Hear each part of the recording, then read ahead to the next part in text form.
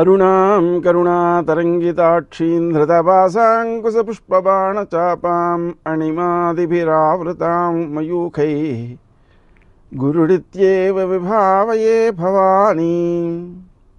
గ్రహముల యొక్క గమనాలు, వాటి ప్రభావాలు, ఆ విషయాలలో మనం తీసుకోవలసిన భౌతికమైన జాగ్రత్తలు, ఆధ్యాత్మికమైన నివారణ చర్యలు, వీటి ద్వారా దోషాలను అధిగమించటం, గుణాలను పెంపొందించుకోవడం, అలా జీవితాన్ని మనం ఆనందమయంగా మలచుకోగలుగుతాం. ఆయా జపములను చేయడం ద్వారా మీరు పొందిన లాభాలను, ప్రయోజనాలను కామెంట్స్లో పెట్టినట్లయితే అవి చదివిన వారు ఆ మంత్రాలను జపించుకునే శ్రద్ధ పెంచుకుంటారు, విశ్వాస బలం పెరుగుతుంది. తద్వారా మీకు మరికొంత పుణ్యం వస్తుంది.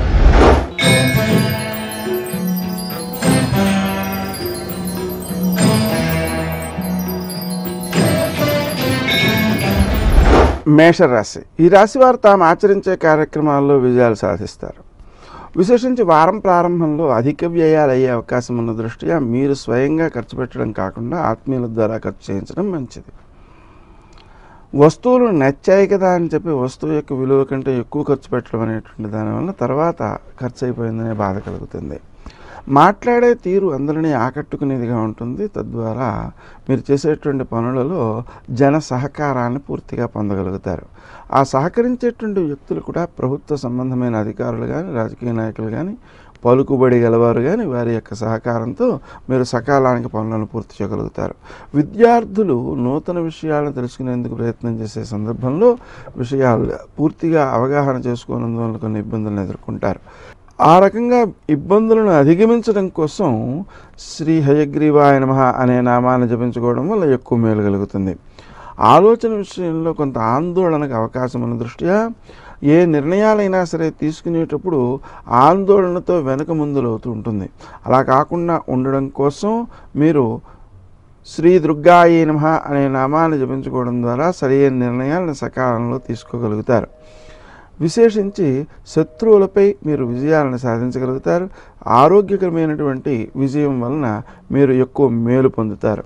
విశేషించి వారు చేసేటువంటి ప్రయత్నాలు ఏవైతే ఉన్నాయో అవి మీ కృషిశీలతను పెంపొందించేవిగా ఉంటాయి.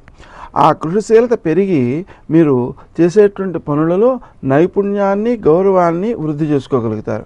ఆరోగ్య విషయంలో ఎక్కువ శ్రద్ధ చూపించాల్సినటువంటి అవసరం ఉంది. ఉదయం 9 లోపల ఆహారాన్ని పూర్తిగా తీసుకోవడం, రాత్రి 9 లోపల నిద్రకు ఉపక్రమించటం మీ ఆరోగ్య పరిరక్షణకు ముఖ్యమైనటువంటి అంశాలు. విశేషించి మీరు చేసేటువంటి పనులలో శ్రద్ధ పెంచాలి, ఆందోళన తగ్గించుకోవాలి. అందుకని క్రీం అచ్యుతానంత గోవింద అనేటువంటి నామం చాలా బాగా ఉపకరిస్తుంది. అనుకోని ఖర్చులు కొంతవరకు మిమ్మల్ని ఇబ్బంది పెట్టేటువంటి అవకాశం ఉంది. దాన్ని అధిగమించడం కోసం 2-3 మార్గాల్లో ధనాన్ని ఏర్పాటు చేసుకోవాల్సినటువంటి అవసరం ఉంటుంది. సుమంతో శ్రీ కార్తవీర్యార్జునాయ నమః అనే నామాన్ని జపించుకోవడం ద్వారా ఆ సమస్యలను మీరు అధిగమించగలుగుతారు.